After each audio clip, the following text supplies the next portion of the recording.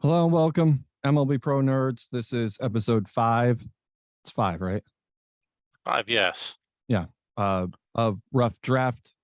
I'm Comey. That's Scott. Scott, how are you doing?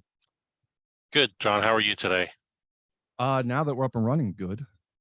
Although I can't use running pun because I'm still using the cane, but I'm walking, so I'm up and walking. Although right now I'm sitting, because walking and doing this would be a thing that nobody wants. That would be not. I don't know. Maybe people do want it. I have no idea. It would be more interesting if they could see you Yeah, walking. Yeah. and nobody wants to watch this. Nobody wants to see how this sausage gets made. We got a bunch of stuff. We got some new stuff to get to today, a couple new segments, and we're going to try to keep this as close to an hour as possible. And to achieve those means, I have a timer. Of course, I don't have the Google Doc up, so I can get started, but that will take just a couple seconds. See, it's already up. Good job, technology. Yes. All right. So, on today's episode, we have our regular headlines draft, which I guess has become regular because at least I've been lazy in coming up with things. I think a headlines draft works. Although I guess what I did, we do have a second draft today that we'll explain later. We've got head to head and stash to sell or stash and sell. And yeah, I mean, and we have a segment that's going to be built into the show. Who won the trade? Because we actually had some trades. We can talk about those a little bit. But let's get to the draft. I got the first pick this week, and my first pick is hello, Corbin Carroll, i.e. George Springer's injury. So George Springer is out for 2 to 3 months. And this is something, what is his injury? What did he do to himself? It says surgery to remove bone spurs. Well, yeah, but that didn't happen because he's like, that happened in the game, like, or happened during the game. So he didn't go to have surgery like during the thing. So let's see, what did he do? Oh, that's not updated to anything. He did something to something. I think we can probably put it at that. And oh, this would be why. See, this is why I get paid no money to do this. There we go. He has a bone spur in his elbow. He has bone spurs in elbow. So I guess he's gonna have surgery at some point to remove bone spur, but he got diagnosed with it back on yesterday, I guess. He's formally diagnosed, but he is on the 60-day IL, and that puts all attention, I am guessing, on Corbin Carroll, who has been up. Like, he was up, and he's been starting. Or I guess I shouldn't say that. No, he was brought up. See, I was looking at last year's stats. Anyway, so he came up looking like for the weekend series. And he so far hitting 333, 385, 833. Now he's got 4 doubles in there, or no, 4 hits, but he's got a double, triple, and a home run. Scott, my question to you is, can the Mariners deal with Springer's injury? Like, will they lose anything with Corbin Carroll? They'll lose some power, but I don't think they're going to lose much else. Carroll's a good contact hitter and has a good eye. So he's going to get on base a lot, and he has the speed. He's already got 2 steals already in the 3 games he's been up. So I don't see them losing a whole bunch. But, how does he mesh in the lineup is the main, thing to look at. He's hitting in front of Ramon Zaragoza, who's on fire right now. I knew you were you were angling for that. You were angling for that. I looked him up. He's batting 321 so far on the year. I don't remember the last time he batted over 280 in the last 5 years. So He's on a hot streak, and you ride him while you can. So I think right now Zaragoza is going to protect him a bit, but he's in the 5-hole against righties and in the 7-hole against lefties because he's a lefty. Yeah, I don't see them losing a whole bunch. I mean, they got a lot of good, consistent people up and down their lineup to help offset that. Yeah. I mean, clearly losing Springer is detrimental. He's added to a list that includes Francisco Lindor, at least for another week, less than that, I guess. Corey Seager, Jason Castro, and Gary Griffith. Springer was hitting 315, 351, 425 at the time of his injury, a OPS plus of 119. He was playing really solid ball. An interesting what if on this. There was a possibility of Cade Cahill for Corbin Carroll before the season began. And it'll be interesting to see what Carroll does now that he's thrust into the spotlight a little bit. When I think he's ready. I think he's definitely ready to go. I think the question just is, his production is going to be up and down. I don't think you can count on Zaragoza. McKinley hasn't been great.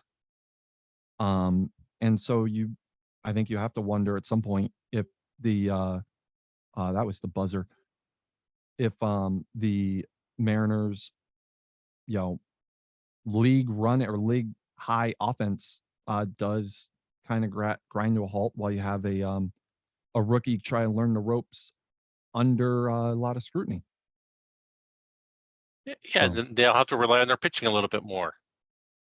Yeah, which that I mean they've been doing all right. They're now second in runs against and first in FIP and first in WAR. So they've gotten the pitching thing around, but the bats, we'll see with Carroll. What's your first pick?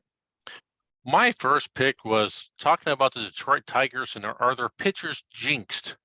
They're having the same problem with injuries. They got Dumont, Maury, Burkle, and Comer all on the IL right now. And can this rotation stay together and keep them in the race while the people on the injured list heal up? Because Dumont's out for another 2 or 3 weeks, Maury's out for 4 months, Burke's another 2 months, and Comer's gone for the season. With the way Minnesota is playing, can Detroit hang in there, or you think they're going to continue to fall back? Well, okay, so so Burke was out before the season, Right. So that isn't a thing. Out of Comer, and Maury, which of those two is the bigger loss? That's a hard question. So just probably, a little. yeah, probably Maury because he could last. He has the more stamina to go deeper into games to help you save your bullpen when you need to. So Maury's numbers look better than they probably are. He's 1-0 with a 4.34 ERA. He had an 0.86 WHIP on the strength of just 10 hits allowed and 18 2/3. K rate of 6.8 per 9 innings. His BABIP was 143 and he had a 98 ERA plus. Like he was a bit of a mirage. Like he's somebody that when the BABIP catches up, chances are he's not going to be what he is now. Comer, on the other hand, has sucked. Mainly because of the walks. He's walked 7 in 11 and a third. He's 0-2 with a 7.15 ERA. The strikeouts are good, 10.3 per 9, but he had a 400 BABIP and a 60 ERA plus. So I guess it comes down to, Dumont's only out for 2 or 3 weeks, which is why I haven't put him in there, but he also has not been good at all. In his one outing, he had a 2.57 whip. So that's extremely small sample size theater. Um, what do you see is the fix? Like, do they look outside their That's franchise for help? they might have to. I mean, they got Thomas Hershiser in the minors, but he's still an A ball, so you're not calling him up. I don't see anybody in their minors that are really gonna blow anybody away and excite anybody. Uh, I'm moving on to the AAA team. Uh, Parker Capany struggling in AAA. I mean, or they all seem to be struggling right now. Um, So yeah, I don't see them coming from within their own franchise. They either have and to ride out the storm or go call Jabs in Chicago well, and see if what Copeland's like. they do look like a team that is strapped financially, do they not? Yes, it shows that they So have nothing available. yeah, so I don't think you can really count on um making a trade unless the Cubs eat a lot of money. And if they're gonna do that, um, that's when you start asking about Sawyer Robertson or Tamar Johnson, which I'm not sure Detroit would be willing to part with on either. And so it comes down to smaller deals, or are you already starting to look at 2024? Yeah, or you're hoping that Scalise turns it around and Libertor becomes a pitcher you think he's going to be, and Cody continues to pitch the way he is, and relying on Jason Johnston, who just got called up, who will start tomorrow.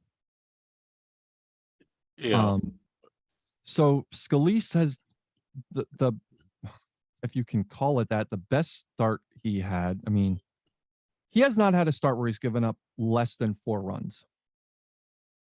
And so you really kind of need him to turn that around pretty quickly. yeah. Um, but yeah, I'm that will be kind of interesting to watch. And Um, eventually, this does Jim have to look at his trainer and see, he's been a trainer there since 2019. well, given that Jim just looked at the standings today for the Yeah, first for the time, first time. Yeah. allegedly, that trainer may have some shelf life to him yet. Yes. All right, let's turn a little inward here. My second pick is that the Oakland A's are playing winning baseball.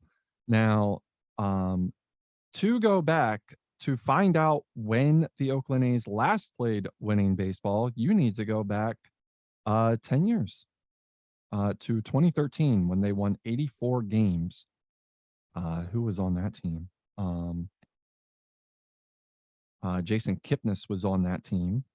Um, he of 280, 357, 479, 19 homers, 74 RBIs. James Paxton was on that team. Vance Worley was on that team. Jordan Zimmerman was on that team. Kind of tells you how they won 84 games. So far, the A's are 13-9, doing it on the strength of the most runs scored in MLB Pro, 124. Um, they're fourth in OPS, fourth in batting WAR, or I guess maybe not the most runs. They're most runs in the AL at the very least. Let me just circle back to that. Second in home runs, sixth in steals, third in base running. The pitching staff, the bullpen has been good. The FIP leads one to believe that it can sustain, though the defense is pretty bloody awful. And I think it's evidenced by the league leading or the AL leading 203 strikeouts by the pitching staff. Um, do you think that the A's success is sustainable? Um, especially given the stretch that is coming up to end the month. Right. And you got to go back and look at this past week. We played against the Cubs and Texas, who were two of the lower teams in MLB Pro. We had a good week, but now we come up against 4 against the Angels and 3 at home against Cincinnati. You're such a It- homer. We. You're such a homer. Yeah, sorry, just a habit, but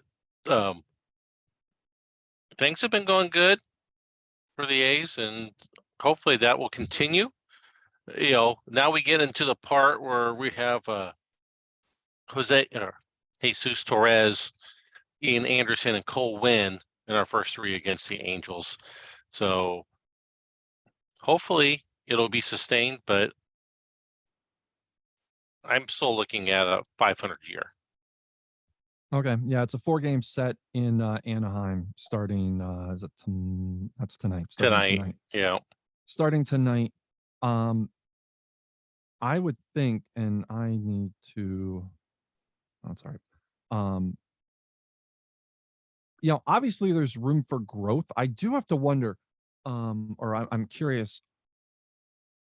Do you think the A's are pleased with the progress that Wander Franco's made, now hitting slightly above average, which is progress from last year where he only hit 235, 350, 353 a year ago with a 96 OPS plus. Right now, going into today through 19 games, 266, 341, 392 for a 733 OPS, a strikeout to walk rate 15-6, which is well, look, it's MLB Pro. Like, strikeouts are a dime a dozen.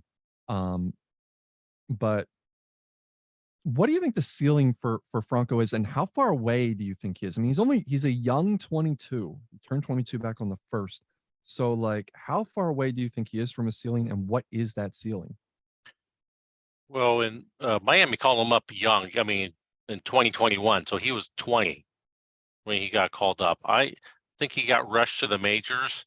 I think he's probably towards the end of this year, beginning of next year, he'll start getting to where you think he should be.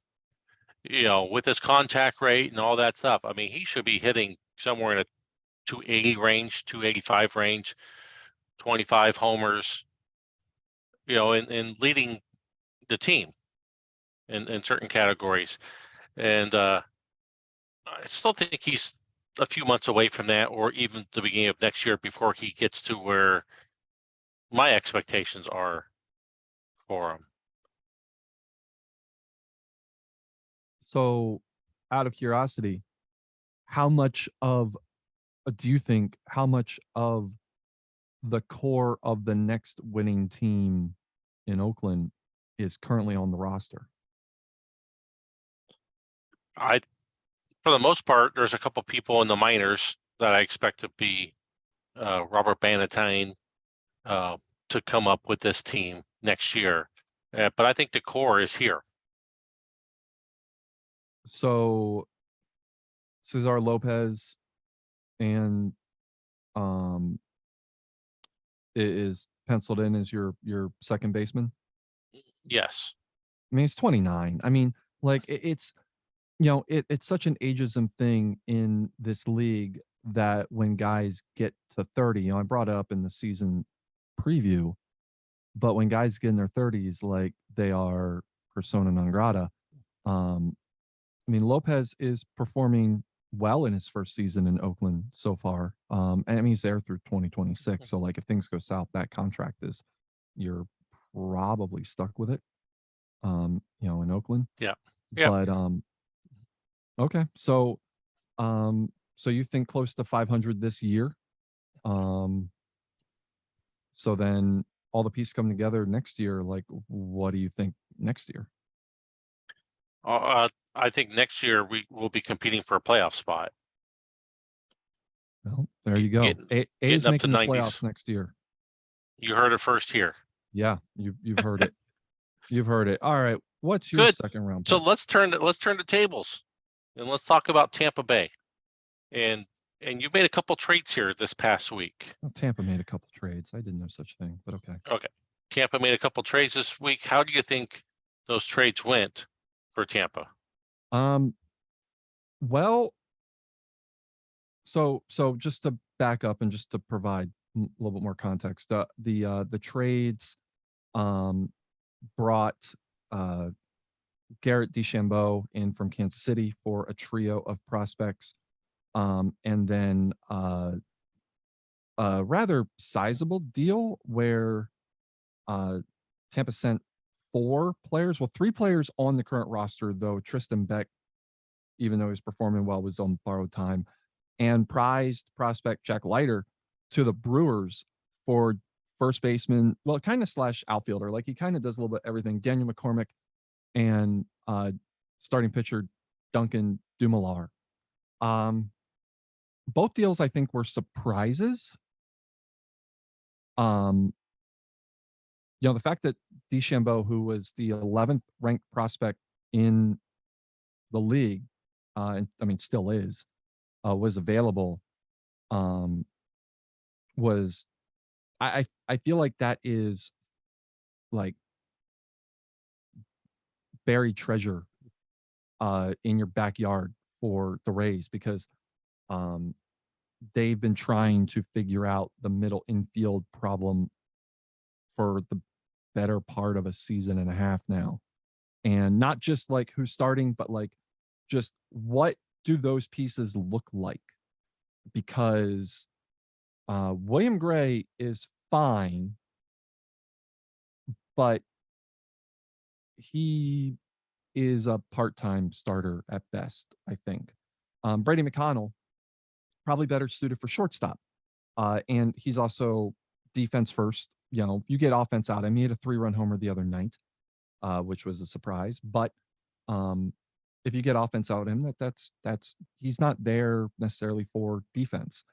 Well, Um, if we break it down a little bit, Prado was a first baseman, McCormick first baseman. mhm. Does that kind of is that a wash in your mind, or did No, Tampa get an improvement with McCormick? I don't think the Rays would have made that move, knowing how much they value or valued. It's in past tense now. Prado. I mean, Prado was a Rule 5 pick who won the Gold Glove last year. Hmm. Um, yo, what McCormick does, I think for Tampa, what he does 2 things. One, um, he's a guy who's patient. Like he fits Tampa's system. He is a fast guy who will have a reasonable on base percentage. Um, and then he defends. And not only does he defend first base, but he can play left field and right field and do it very well. Um, he is somebody who is capable in several different positions. His speed, like he can run the bases very well, which Prado could not do. And you're not losing the defense. So that overall for Tampa's system is an upgrade, I think. DeChambeau is It, clearly an upgrade. Um, the 3 prospects could be good. I think they're more lottery tickets. Danny DeAndrade, probably the class of those 3. But he's really young and pretty far away. Ollie Gordon was a 2nd-round pick last year, also really far away. Um, and when I look at the trade, in my opinion, the DeChambeau trade went heavily towards Tampa, but that scale bounces out if these 3 become regulars oh yeah. on Kansas City down the road. The other trade, the one with Milwaukee, is a little bit, I mean, closer in value right now. Milwaukee has every chance to crush that trade. Yeah, they do. But I think Tampa's process here is consolidation, um, and you identify what you want and need to get to where you want to go. It's a steep price. Leiter could be a potential award winner. O'Connell can crush in Milwaukee. Um, I think, and we'll wrap up here. I think he had stagnated in the second half of last year, and while he was hitting well this year, like it just seemed like he was capped where he was.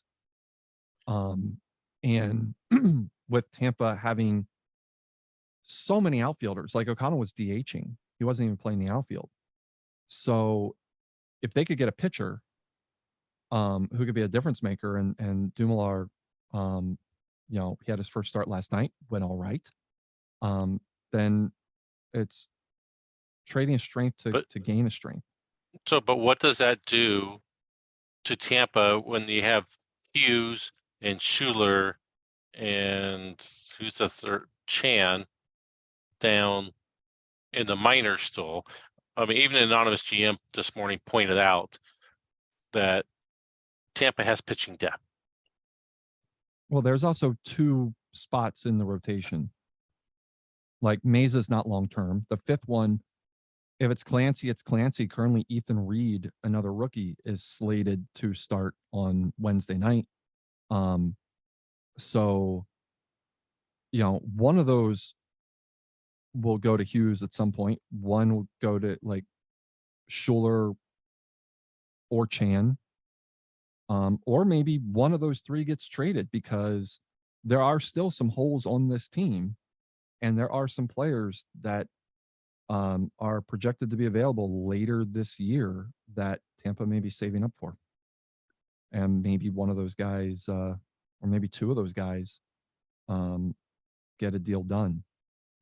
So Expect to hear more about Tampa in the near future. Well, we'll see. I mean, it took him a year to even make a deal in the first place. My 3rd round pick, because he has been crushed in the press lately. Let's talk about Addison Reed's rough month. So Reed, now his numbers look interesting. So he's 0-5. He's currently leading the league with 5 losses. He has nearly as many losses as he has 1 less loss than the Braves, which is actually kind of staggering to me. He does have 2 saves. He only has a 4.38 ERA in his 9 games. He has a 1.54 whip. He struck out 12, walked 5, given up 14 hits. His K rate is down nearly a full strikeout from last year, from 9.6 to 8.8. His walks are the same, 3.6, which is still down from when he was in Colorado when he was at 5.2. Lord. His BABIP is 400, and his ERA plus is 95. So the question I have for you is this on Reed, or is this on Kansas City's defense, which ranks 13th in the AL, 9th in zone rating? They are 5th in errors, but that's so close together that whatever. Yeah, I mean, you don't like your closer to have a 4.38 ERA, but like you said, a lot to do with defense, and he's been demoted out of the closer role back to a setup person by Kansas City's manager. So I fully expect him to turn it around and get back to at least, above average season. He's not going to get 31 saves again since he's not, the main closer anymore. But, I expect his ERA to get down almost another full run, down to like 3.5, 3.2, somewhere in there, like normal. This is MLB Pro. We go through stretches where you get the crap beat out of you, and then you go through a stretch where, he's going to strike out, 8 batters out of 9. So I would put this more on Kansas City's defense or lack thereof right now, and be looking for him to improve and get back to where he normally is. The error or the loss he suffered on Saturday night was mainly due to an error on a Josh Bell ground ball that was booted by who was playing? by Neymar Desadas.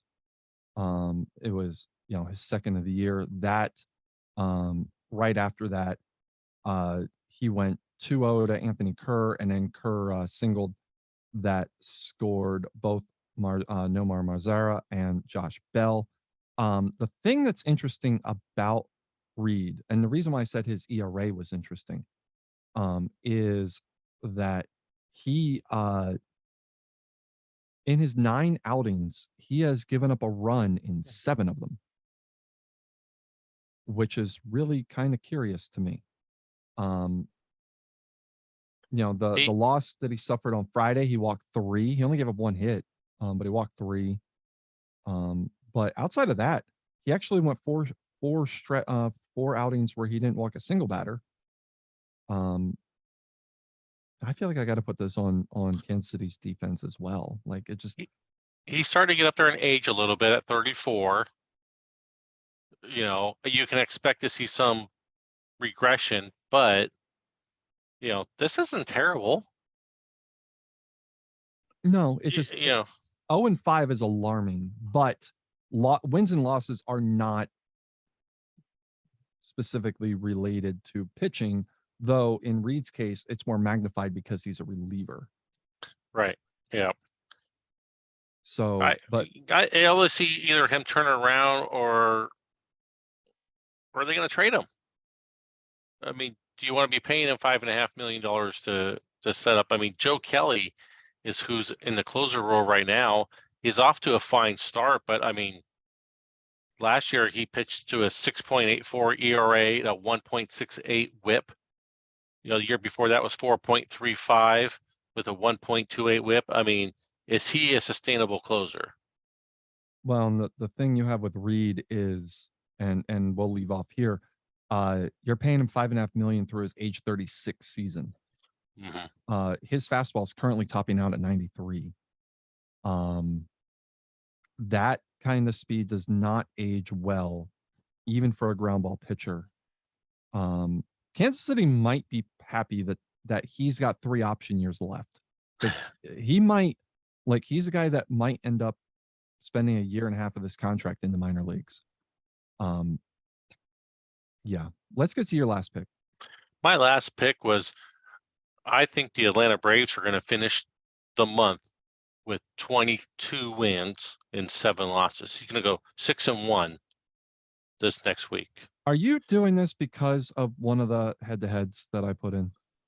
No, I was thinking about this beforehand, and then I went over and saw what the head-to-head matchups were, and they just coincide. So, but I'll talk about the head-to-head at the same time. I think they're going to be the only team with 20 plus wins at the end of the month. They get 4 against the Marlins and then 3 at New York. I can see them going 6-1 and trying to put some distance between them and the Phillies.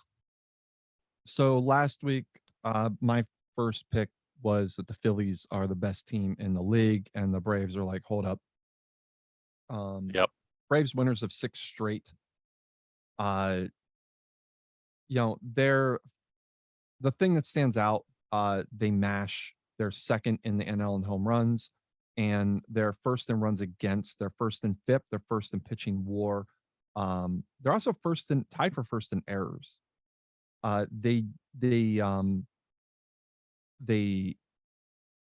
don't hurt themselves in the field.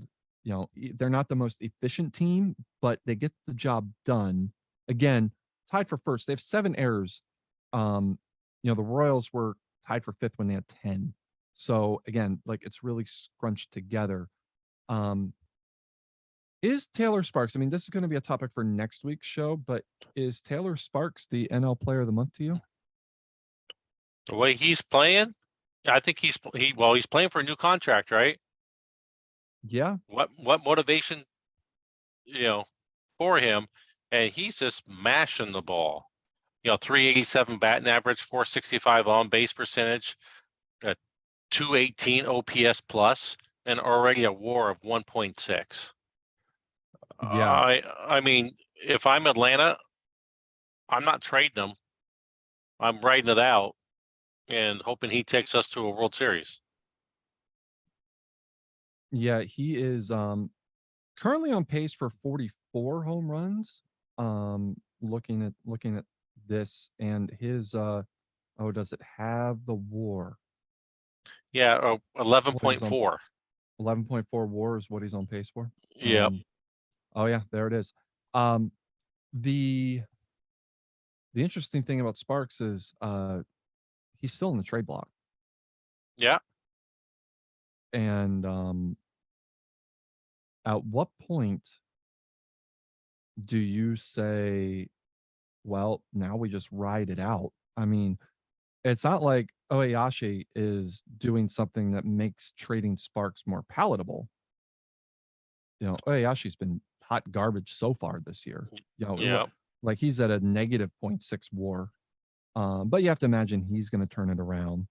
Um, Bryce Harper's back in a couple of weeks, so that's good news for the Braves for the Braves. I mean, Harper was hurt back on the 18th, so back last Tuesday.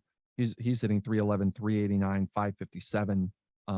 His WAR is at 0.8. Like he's had a really good start to the year. I think it's if I say that the Braves are the best team in the league now, the Marlins are going to sweep them and go undefeated and then have like the best record or be leading the NL East in a week. Like this just seems to be what happens in this division. Yeah, we have to be careful when we call somebody the best team in MLB Pro, don't we? Because they take a dive the week after.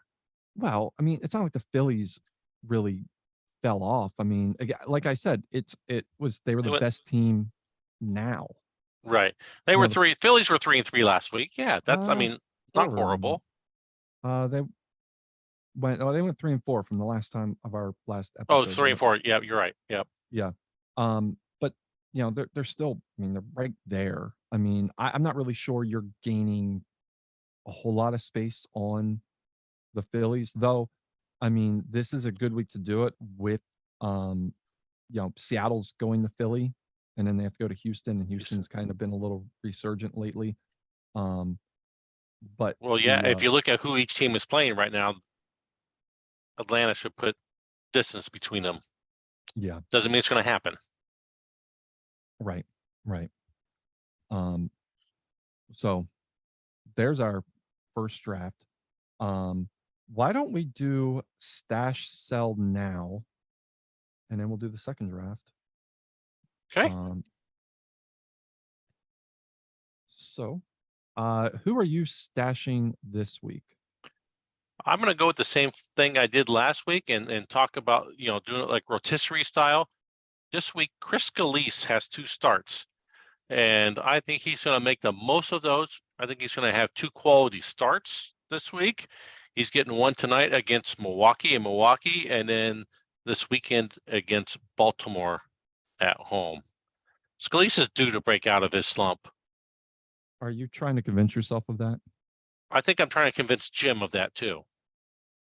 Well, I mean, if let's say Scalise does not win a game in April,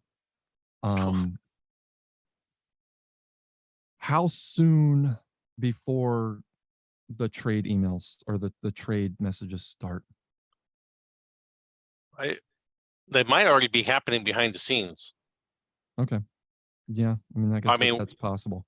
But I mean, from Detroit's point of view, I mean, can you trade Scalise right now? I mean, you're either going to have to eat a lot of that contract to get anything back in return, or you trade him for 2 lottery tickets and hope you cash in.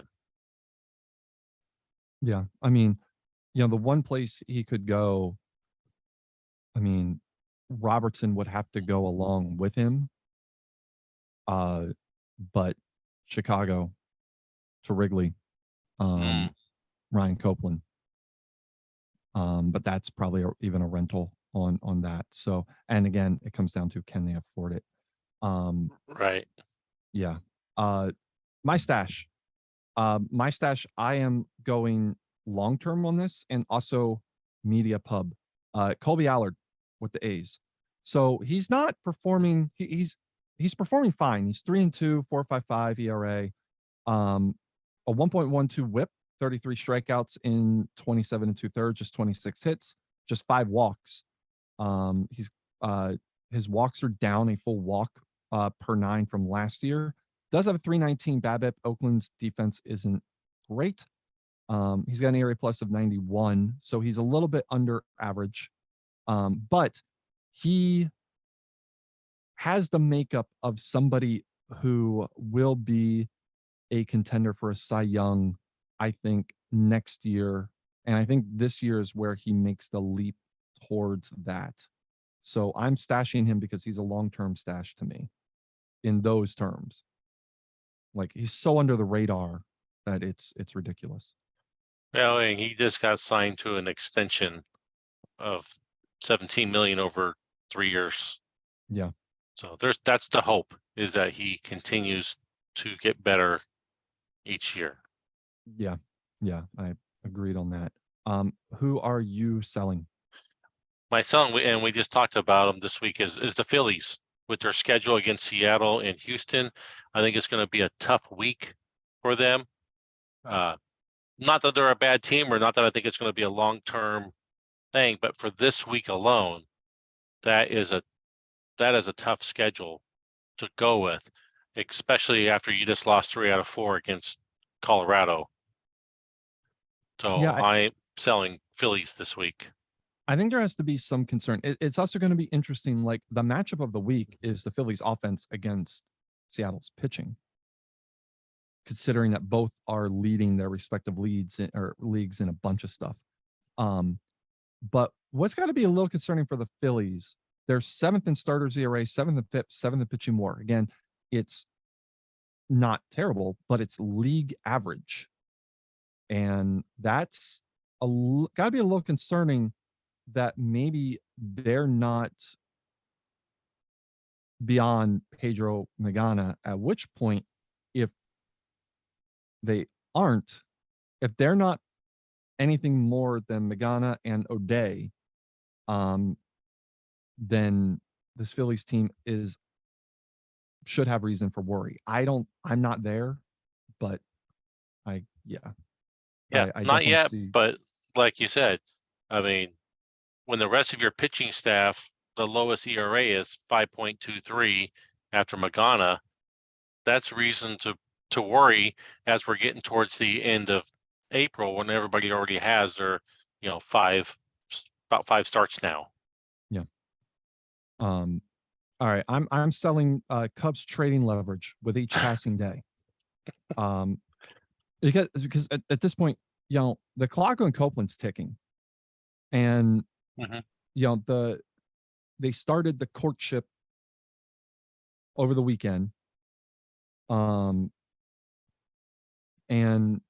if I'm the Cubs, like, I know that they started to reach out to teams on potential players today, but I want something firm by Wednesday. I would think, like, Copeland starts tonight Before his next start. Before his next start. And I want something firm from a team so that I can go to another team and say, well, what can you do better? Like, I want that bidding war, because, again, for a lot of teams, he's a rental. Yeah. And like, I think they said that Ed Harris, the Cubs got the most on traction on Ed Harris. He's a free agent after next year. And he's 30. Yeah. He's 30. So, and he's not a power guy. And how long do you wait? Because what happens if one of these guys gets injured and then you can't move him? Right. And so, at the very least on Copeland, like, I want him off the books as soon as possible. But you're losing trade value, at least with each passing start. So I would think by Wednesday, I want something lined up. I don't want to go into the weekend.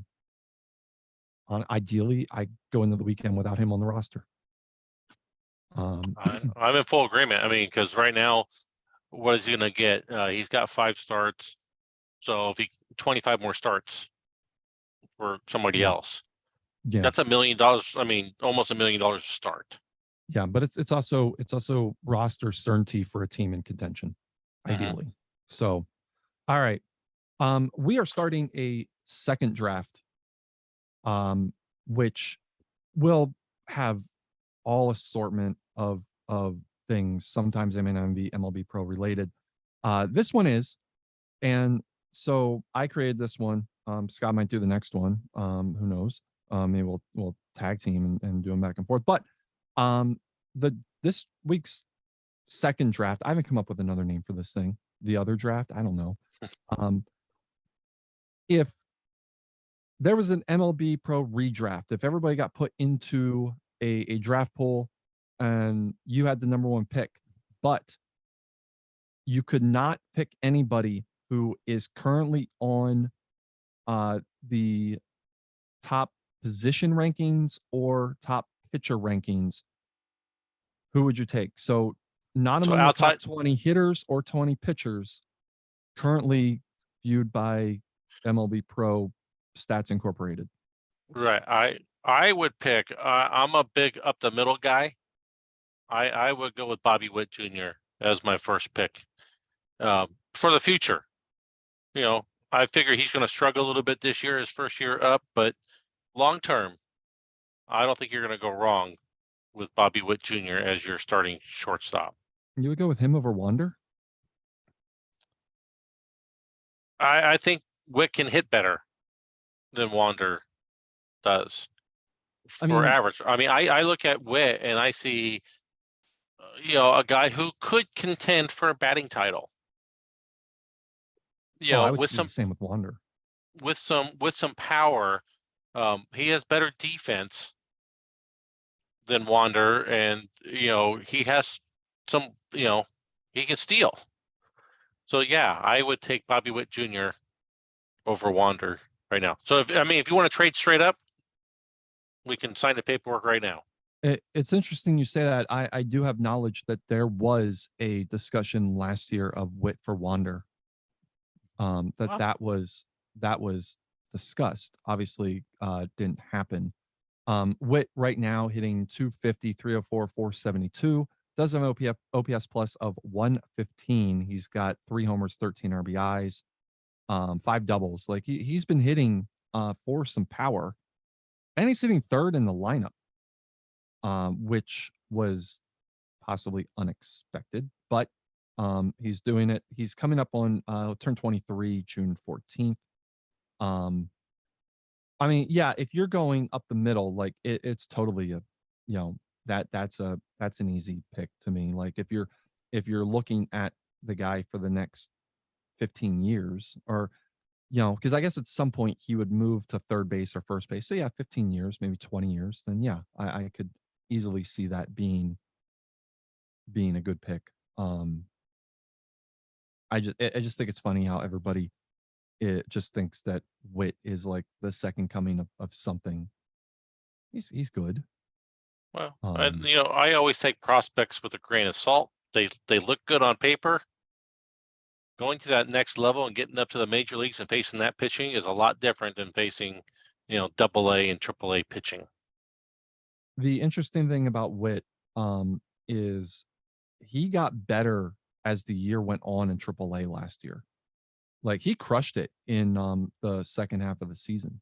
He destroyed pitching in the second half of the season to the point that it was actually considered of him coming up um after the AAA season ended, if the Rays were in contention. I mean, it was considered likely wasn't going to happen, but it was up for consideration.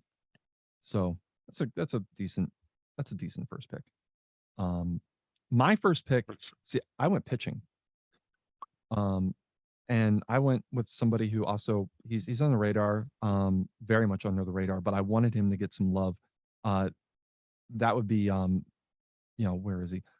James Caprilarian. Yeah, Caprilarian. I guess that sounds right. That doesn't. That's not Close enough. Caprillion. I don't know. I'm terrible. Like I'm realizing, especially when I host trivia, that I am just utter crap with some pronunciations. We gotta get Uh, the anonymous GM to put those little marks in there so we know where to. yeah, Capri Leon. There we go. Capri Leon. Woohoo. There we go. Um, he might have the best control of a starting pitcher in baseball. Yeah, he's not been great so far this year, at least wins and losses wise. He's 1-3, 3.31 ERA. He's walked 2 batters in 32 2/3 innings. He walked 21 in 179 2/3 last year for a league low or league best 1.1 walks per 9. Um, so He far gave up more this home year, runs than walks. yeah, he gave up 26 home runs. He can be prone to giving up home runs here and there, but Texas is a hitter's ballpark. Um, so far this year, he's got a .92 whip down from a 1.04. He's only walking .6 per 9. Strikeouts aren't as high as last year, but overall, he's been um, a fantastic pitcher. He's only 29. He's a young 29. Um, if I have a pitcher's ballpark, especially, um, he's the guy I'm taking when none of the other pitchers are available. Especially if you have a good defense behind him, right? Oh yeah, absolutely. You know, I wouldn't be shocked of 2 things. One, of teams knocking on the door for him, and 2, Texas saying no no matter what. Yep, I totally agree. And the only reason why he wasn't on my list of consideration is because his age. You know, Yeah, I, yeah. I was looking to build for a long-term, sustainable team. So my second pick, I went with Jerry McDonald from the Dodgers, the catcher.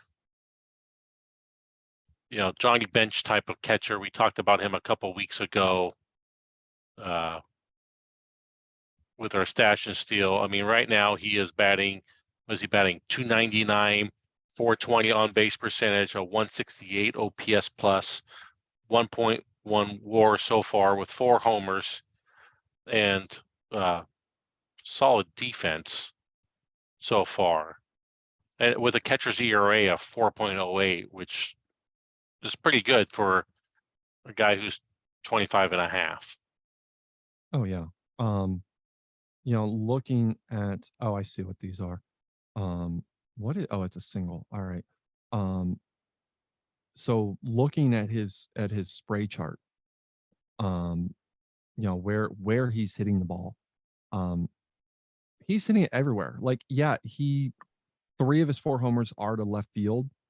He has hit 1 to the right field corner, and 2 of his 4 doubles are to right field. Um, his singles are all over the place. He has the ability to go to all fields. He has more walks than strikeouts right now. I was just about to point that out. I was going to wait for you to finish, and I was going to point that out. So that is No, awesome. the only thing he doesn't do is run, but I mean, come on, he's a catcher with Catcher. supreme ability. Yeah. Yeah, I totally, this is a good pick. Um, I do want to point out before I go to my next pick that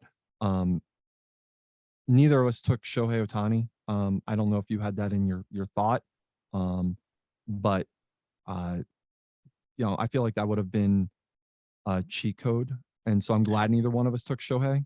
I thought the same thing. I was wondering if you're going to take him. Yeah, no, that's good that neither of us did. So my second pick, I kind of homered it.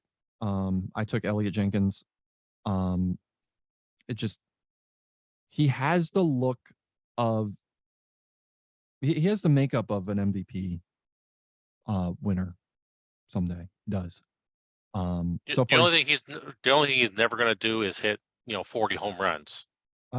yeah, but he could hit 30. I mean, I don't think he'll do 25, it 30. I don't think he'll do it in Tampa, but I mean, so he's leading the league, or he's second in the league right now, 378, 411, 633, for a 1.044 OPS, 189 OPS plus, Uh, he has 6 doubles, 4 triples so far. 3 homers, 7 steals, plays incredible defense. Um, he is every bit so far, again, so far, what I think Tampa was thinking they were going to get when they traded Gary Griffith for him. He's on pace for 250 hits, Yep. which is, I mean, I don't know what the league record is. I'm sure it's over that. I'm going to look it up. But he's on pace for a almost 9 WAR season. Like And it just, and I love Jenkins. He looks like the perfect all-around ball player. He's yeah, going to hit for a high average. He's going to give you some pop. He's going to run on the bases. He's going to play great defense. I mean, really, the only thing he could improve on maybe is his eye a little bit and draw some more walks, and that may come with time. yeah. I mean, he's a young 25. The league record, according to MLB Pro Stats Inc., is 216 hits by Ben Revere. Back in 2012. It's unlikely that Jenkins gets there. I mean, the league record for batting average is Jed McKinley's 364 back in 2019. But Jenkins is in the ballpark. Like, this is when I'm talking about Tampa's system, like, this is what I'm talking about. Like, Jenkins is in a ballpark where he can mash in a different way. Like, he's not going to get 29 triples, which he's on pace for. It's very possible with his speed he gets 19 or 20. It's entirely possible. And I like the way Tampa is setting their team up. They have a strategy, right? I mean, look at Mesorosco. Is that how you pronounce it? The Yeah, catcher. Mesoraco. Yeah. Yeah. I mean, not going to hit anything, but he's going to give great defense, and that's what you're looking for in the catcher. It's okay to have a guy in your lineup who's going to bat 200 with great defense. Yeah. I mean, Uh, when you have somebody like Jenkins, it definitely helps. So, yeah. all right, who's your third pick? My third pick, I went with a starting pitcher, and I chose Matthew Liberatore from Detroit. 23 and a half. He has all the ability in the world. Whether he lives up to it or not, that's another story. He can go deeper into games. I mean, he'll get you 7 innings, night in, night out, especially if he gets on. He's going to give up the long ball a little bit, but you know what? Who doesn't give up the long ball in MLB Pro? Give me a minute, I'll tell you. Steve White, Is that who would be? I the don't know. the knuckleballer. Is that? I guess. I mean, I don't. All batters up. So Oh no, let's he's on see. pace to give up 42 home runs this year. Steve White. Oh, well, then I guess I wouldn't do it. I mean, there are a handful of pitchers who have only given up 1 home run. I'm looking to see how many starters have only given up 1 home run. Anyway, Liberatore, I mean, it's a fine pick. The drawback with him is, his pitches can fly straight, which is when he gets tagged. Mm-hmm. And that can lead him into trouble. But overall, I mean, I'm not going to fault the pick. I mean, I don't know who I would have in his place. To be perfectly honest with you, like, I mean, he's I also older. He's I older, also but consider Jason Dumont from Detroit, but he's hurt, so I didn't really consider anybody that was hurt at this point. okay. The one guy I would have considered, I when we did the ultimate MLB Pro roster draft last year, I think I took Mark Davies with my first round pick. He's 28, so he's older. And he's not, like the Caprileon, whatever. Caprileon. Okay, I'm just gonna shut up on that. The thing where he's 29, but he's 6'5", 205 pounds. And so it's like that kind of pitching, like that power makeup can age pretty well. Davies is 6'1", 210, which isn't terrible. And that could go. Liberatore, what is he? He's 6'6", 210. That can lead, that can definitely lead itself well. The thing that I find interesting about him, his BABIP last year was 344 because Detroit didn't believe in defense of any kind. This year it's 254 because Detroit is like, well, defense might kind of be something. Yeah, And his hits were through the roof last year. He gave up 205 and 197 innings. And so could he be somebody who really does take that step up if Detroit commits to defense and become somebody who not only becomes an ace, but becomes an ace who can eat innings? I think that right. would be the next step for him. He did have 197 last year, but if he can cross that 200 mark, that would be something. My third pick is Hideki Abe from Colorado.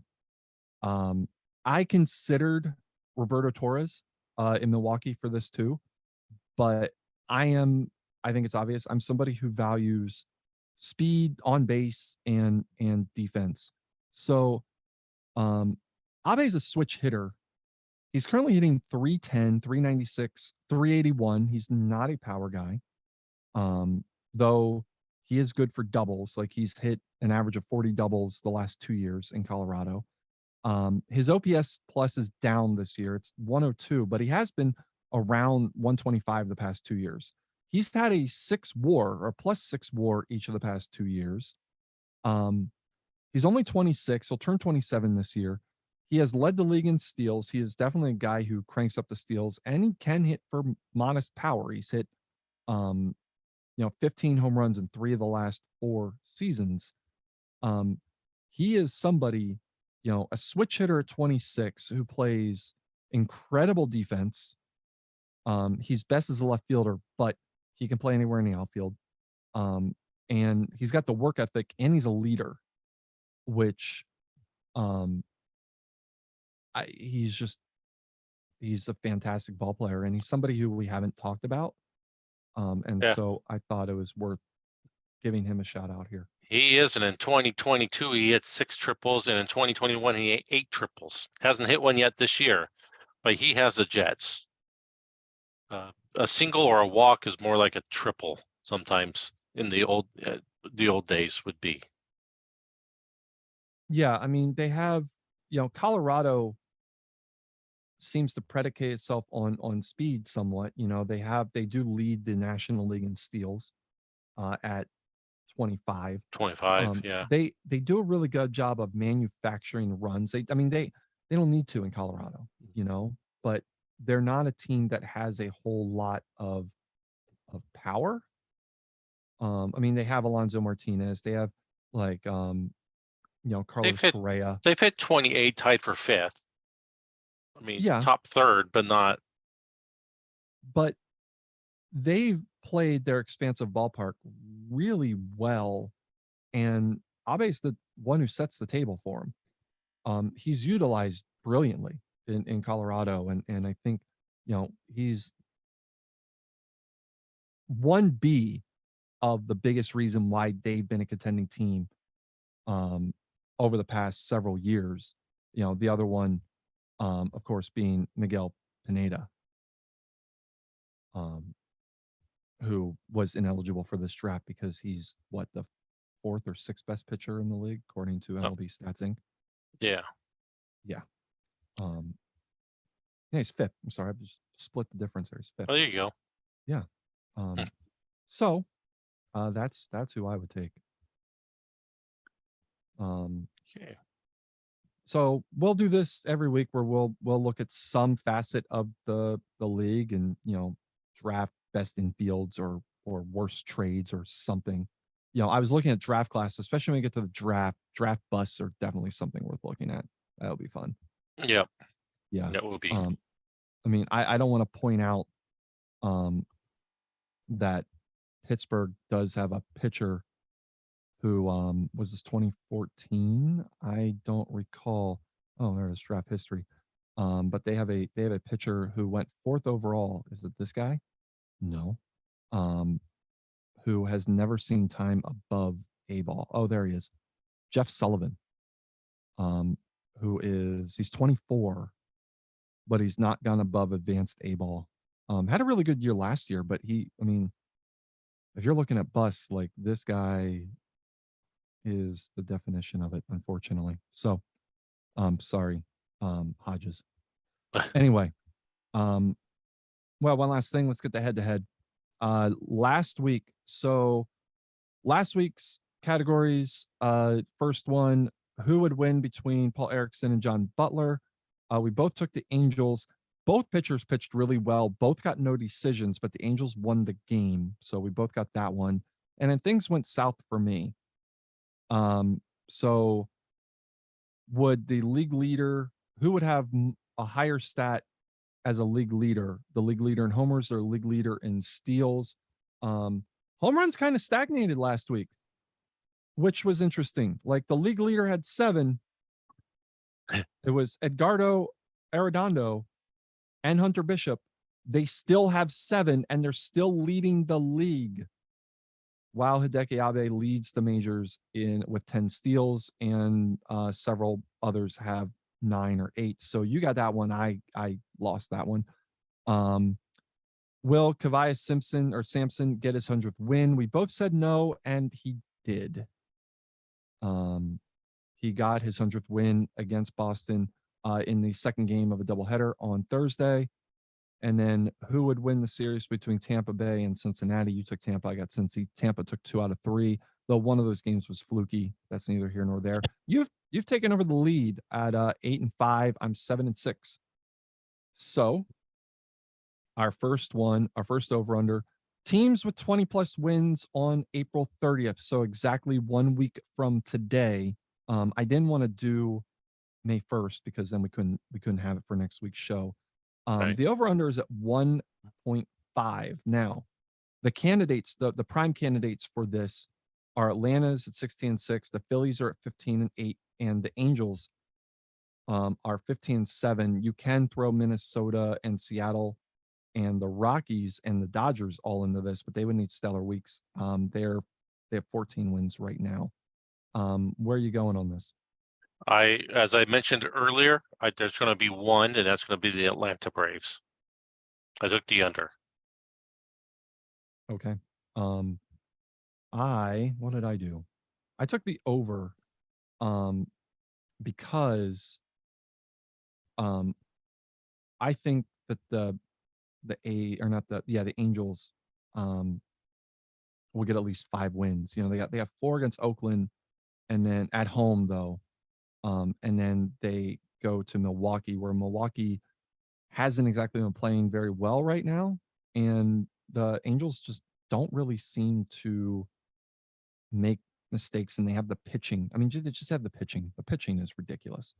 I really hope you're wrong with that one. Yeah, I get that. So the second one is number of teams with under 10 wins on April 30th. I put the over under here at 2.5. So the contenders for this right now, there are 1, 2, 3, 4, 5, 6, 7 teams under 10 wins. The Yankees and Padres have 9. White Sox and Rangers have 8. The Guardians have 7, and the Cubs and Pittsburgh have 6. So you're really kind of looking at Cleveland, the Cubs, the Pirates, and one of the White Sox or Rangers, or maybe both. I don't know. What are you taking here? I took the over. You mentioned the 3 teams I still think will be under: the Cubs, the Pirates, and the Guardians, and maybe the Rangers, the way they're playing right now. So the Cubs schedule, they have they're off tonight. Then they have 3 at home against San Diego before going to Miami for 3. The Pirates, who have won 2 straight, they've won 2 straight. They're off tonight. They host the Dodgers for 3 and then go to Washington. And then Cleveland, by the way, is now 13th in the league in runs scored. Well, they've won 4 out of the last 5 also. Yeah. They're still like pretty last in all the categories. They're home against Colorado for 3. They're off on Thursday and then go to Boston. It would be helpful for these teams if they had 7 games. They only have 6. I took the over as well. Um, I am kind of reconsidering that, but given that just teams are playing well, but there are tough matchups all over the place this week. So I did take the over as well. Now, this one, Dane Greer currently leads MLB Pro in home runs allowed with 9. And lo and behold, he will pitch against the Braves on Thursday night. Is it Thursday night? It might be Wednesday. I think it's Thursday. I don't know. Whatever. Yeah, it's Thursday night. The over-under on home runs allowed to Taylor Sparks and what's his face? The other guy, the shortstop, Miller Thomas. Millard. I Yeah, meant, Miller I meant Thomas. I almost said Thomas Millard. Is 1.5. What are you taking? I'm gonna take the under. I wouldn't be surprised if it went over the way he's pitching and the way they're hitting. But you know, homers have been down this week, and I expected to stay down, so I'm taking the under. They're due for a resurgence. I took the under 2. I think he's going to serve up 1 to one of them. But I mean, I think it's a tall order for him to give up 2. I mean, if somebody can do it right now, he can. And I like Greer a lot. He's a converted reliever who is definitely very much struggling. Especially against left-handed hitters, he has been crushed. 6.10 ERA, 1.65 WHIP. He's not been pitching well against lefties. And in the Braves, Sparks is a righty, but Millard's a switch hitter, or Thomas is a switch hitter. So I think he'll serve one up to Thomas. I didn't just say the Braves in general because I didn't think that was fair. So I went with those 2. Our series of the week is clearly the Royals at the Diamondbacks, which takes place Monday through Wednesday in Arizona. The reason that it is the series of the week is that both teams are performing really well. Both have won 7 of their last 10. The matchups looking like Jonathan Knapp tonight against Emilio Salazar. Tomorrow, Casey Mize against Fred Brown. And then Chris Rivers against Andrew Morales. So it's looking like the bottom of the rotation for Kansas City, while Arizona's going 4-5-1. So like anything can happen in this series. Who you like? I took Arizona because they're at home and they are playing well lately. That's the only reason why I took Arizona, being at home. That's it. It's going to be a good series. What is their record? I know this was talked about in chat today. What was their outlying record that they're like 0 for forever against the Dodgers? But they've crushed everybody else. Oh, I don't remember what that was, but they were They were 0-4 to start the year against the Dodgers. Then they lost. So they're 1-6 against the Dodgers. Which means they are 9-7 against everybody else. So, and if you toss the Brewers out of there, Brewers beat them 2 out of 3. So 2 out of 3, yeah. So 1-6, 2-8. So then they're 8-5 against everybody else. Like that, yeah, they're playing well. Yeah, they're playing well. They're starting to come around. I mean, they still miss Ohtani, but I think the goal for Arizona right now is just to stay in contention. And when Ohtani comes back, all you need is a wild card spot to have a chance to win the World Series. I still don't trust Arizona pitching whatsoever. I mean, the stats back that up. They've been terrible. But the Royals are below average as a hitting team. And they've been very average as a pitching unit going against an elite offense. I'm with you. I mean, I took the Diamondbacks, in part because they're home. the one thing I could see is the Diamondbacks defense giving up at least one of these games. I mean, their defense has been putrid all season long. 14th in efficiency, 12th in zone rating, 13th in errors. Which does hinder the pitching staff a good bit. But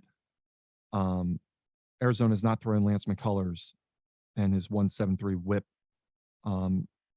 Jeffrey Stone has rebounded. He's still walking a lot of guys, still walking guys to a tune of 5 per 9 innings. But neither of those guys get to go in this series. Morales has pitched really well. 0.99 whip, 129 ERA plus. Like, he has been an ace. Yeah. And that he goes in game 3. Yeah. Salazar has been terrible. He's been terrible. I'm sure not backed up by his defense, as evidenced by the 404 BABIP, but he's been terrible. But I also think that when we can look at the Arizona pitching staff, we have to remember that if Ohtani was in there, he'd be number 1. So Yeah, all but these pitchers would be moved down one spot. Doesn't matter. So- He's not there, and they're not good. Like, it's always the next man up thing, It is. and next But- man up has been, not like the back end of Kansas City's rotation's been much better. Like Chris Rivers, who I think he's the one who goes in game 3. He's the one who, he's going up against Morales. He has a 192 whip. He's got 27 hits and 17 2/3. He is walking. He's walked more than he has struck out. He has walked 7, struck out 5. BABIP of 348 and ERA plus of 55. And Kansas City has a pretty decent defense. Well, maybe. They're 13th in efficiency. Mize has been good. Knapp has been, he's won games, but he has not been great.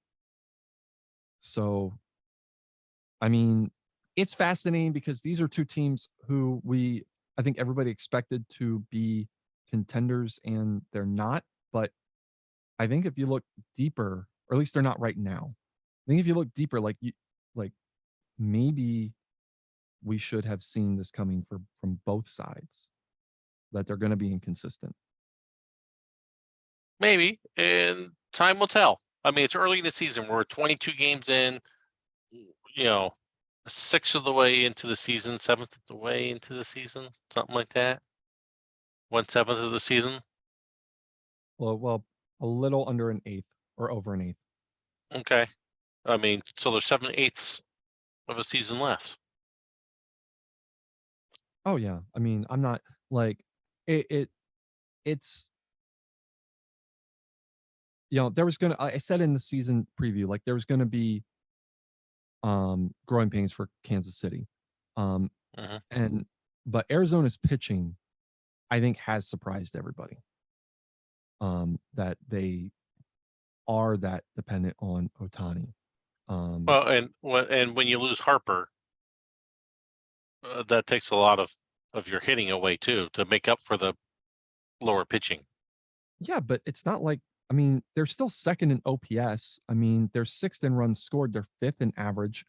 They're tied for 5th in home runs. They're 2nd in WOBA. I mean, they're still hitting, but every single pitching category and defense is at best 10th. At best. They got 2 of them that are tied for 9th. Home runs Where? allowed and bases on balls. Oh, okay. See, I'm looking at just the homepage, where they're just. Could they? I mean, I don't know how much money do they have to make deals? Let's see, 6 million. Okay, so stretch out to 16. I mean, I don't know what their prospects look like, off the top of my head, but could they be somebody who is? I mean, I don't think they're not going to be in the run for Copeland, but could they be somebody who? I mean, let's say Scalise goes on the block. Could they be signed up to go after him, or? I think they could, especially because, like I said, the asking price right now is going to be low on Scalise. Yeah. They're going to want to eat get rid of the contract. Yeah. I mean, I guess if they can get the Cubs, if they become a front runner, I just don't know. I don't know what they have to entice the Cubs in a deal for prospects. And They get them to to keep like 15 million on the books or something.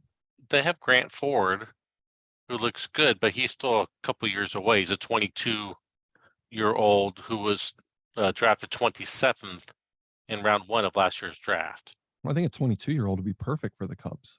Because Yeah, Jordan is young, but not terribly too young. Gavin Lux is 25, and like a lot of their current core is in that range. So like a 22-year-old, I think would work when better for Chicago than a 19-year-old. when Jabs put up his thing, he said he's looking for 22 and younger. Okay, so Ford would be at the precipice or the height of that. Yep. Okay. Well, All right. Well, I think we so went like an hour and a half again this time. we tried. I think it's pretty close. All right. Any final words for this evening, my friend? No, I think we're good. We talked about a lot, and I'm looking forward to next week and seeing especially how we did on the head-to-head. Yeah. I mean, I can only tie you this week because I've only deviated from you once. Oh yeah. So I'm gonna have to consider that in my strategy for next week. Anyway, all right. Hope you enjoyed listening to episode 5 of Rough Draft. For Scott Gaspard, I'm John Comey. Thanks for listening. Have a wonderful wherever it is, or I guess whenever it is, wherever you are. Take care.